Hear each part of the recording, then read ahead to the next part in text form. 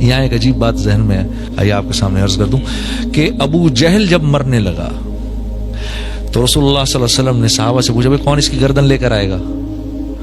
تو عبداللہ بن مسعود کھڑے ہو گئے، یا رسول اللہ میں جاتا ہوں۔ تو جب گئے ادھر جا کر دیکھا تو نیچے پڑا ہوا تھا، تو عبداللہ بن مسعود سے نے اس نے اپنا جو پیر ہے نا اس کی گردن پہ یہاں رکھا، یہاں رکھ کے دبایا، تو حضرت موسیٰ حضرت عبداللہ بن مسعود سے کہنے لگا ابے او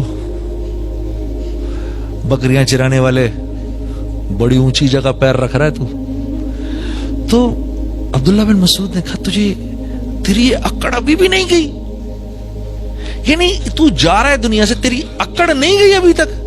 کہا محمد صلی اللہ علیہ وسلم کو بتا دینا، پہلے یہ بتاؤ جنگ کون جیتا؟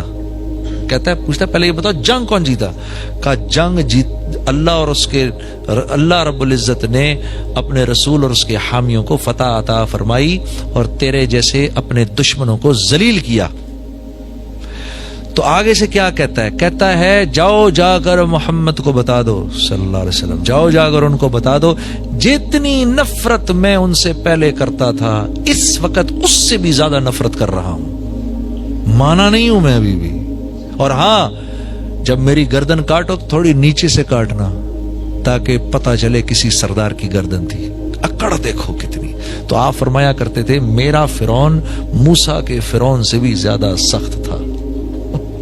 اللہ معاف کرے، یہ تکبر اتنی خطرناک چیز ہے۔ میرا فرعون موسیٰ کے فرعون سے، موسیٰ کے فرعون نے تو جب فرشتوں کو اترتے دیکھا تو فوراً کہہ دیا آمنت برب موسیٰ و ہارون، اور یہ میرا فرعون دیکھو آخر وقت میں بھی یہ کہہ رہا ہے۔ تو میرے دوستو حالت نزع پر تو سب مانیں گے اللہ کو، حالت نزع پر سب مان جائیں گے، ہاں قیامت کے دن کھڑے ہوں گے اللہ کے سامنے، ربنا ابصرنا وسمعنا فرجعنا نعمل صالحا انا موقنون، یا اللہ دیکھ لیا، سن لیا، سمجھ لیا، ایک چانس اور دے دے واپسی کا، اور کوئی چانس نہیں ہے۔ تو یہ اللہ والے آج ہمیں کہتے ہیں اس بات کو پہلے مان لو۔ دیکھو دعوت دو گے تو یقین بدلے گا، یقین بدلے گا تو زندگی میں اعمال آئیں گے، جسم سے اعمال نکلیں گے، اور جب اعمال نکلیں گے تو پھر اللہ کی مدد اترے گی۔ ہاں دیکھو آپ سب لوگ خدا کے لیے نوجوان کتنے بیٹھے ہیں، ہائے ہائے، اپنی زندگیوں کی قیمت لگاؤ میرے دوستو، بے قیمت نہیں اٹھو یہاں سے۔ ہاں ہماری جس مقصد کے لیے اللہ نے بھیجا ہے اس مقصد کو سمجھنے کی کوشش کرو۔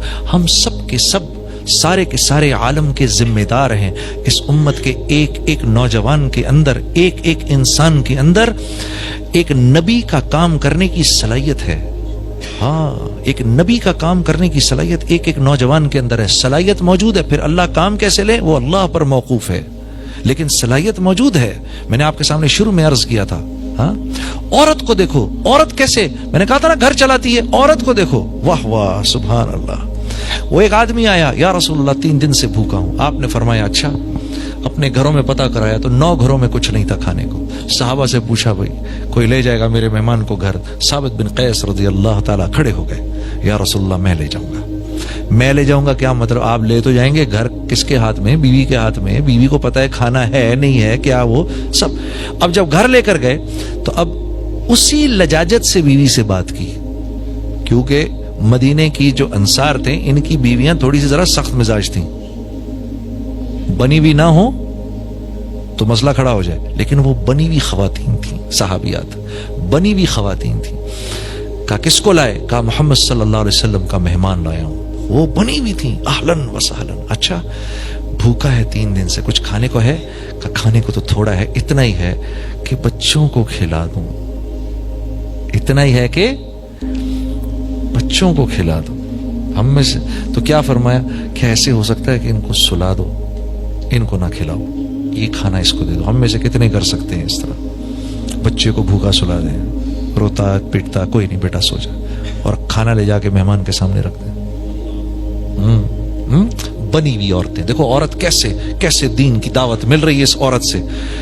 باپ تو کہہ دیتا ہے، اب وہ اس ماں نے کس دل سے بچوں کو بھوکا سلایا ہوگا۔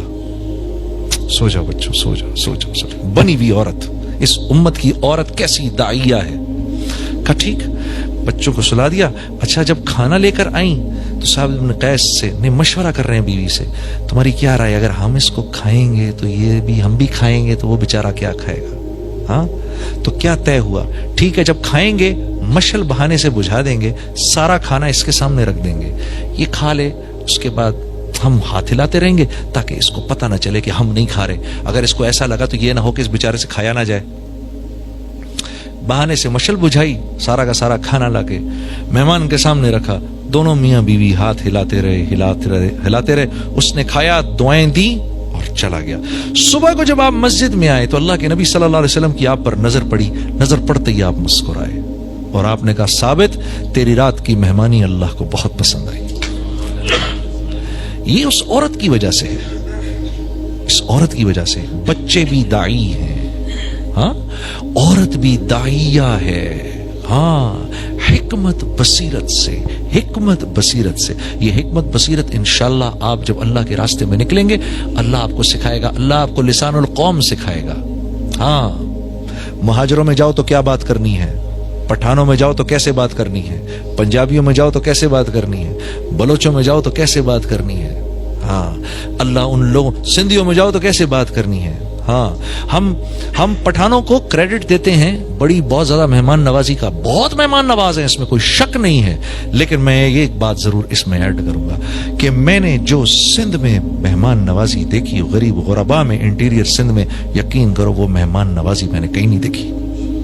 ہاں ایسی مہمان نوازی نہیں دیکھی. وہ واقعی اتنے غریب ہوتے ہیں اپنے منہ کا نوالا نکال کے آپ کو کھلاتے ہیں. ہاں اللہ نے پٹھانوں کے اندر رکھا ہے, مہمان نوازی مشہور ہے ان کی, لیکن واللہ یقین کرو میں تو حیران ہو گیا. ہاں جو غیرت کا معاملہ ہے جو ہم نے بلوچستان میں دیکھا, واہ واہ واہ واہ واہ واہ. ہاں جو ہم نے جو دین پر نہیں آ رہا وہ ایک طرف, جو دین پر آ رہا ہے اس کی دینداری دیکھ کر ہم حیران رہ جاتے تھے. ارے واہ واہ واہ واہ. تو ہم کہتے تھے کتنا بڑا میدان ہے یار, یہاں میں کیوں نہیں جا رہا.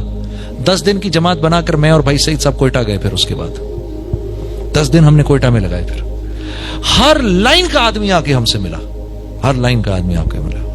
ہاں اور بھائی پنجاب کے لوگوں تمہارے پاس تو رائے ونڈ ہے, خوش قسمت ہو تم لوگ. ہاں تو میرے عزیز دوستو, یہ امت سب سے بڑی بات, محمد صلی اللہ علیہ وسلم اور صحابہ نے بہت محنت کر کے یہ امت بنائی ہے, بہت محنت سے یہ امت بنی ہے.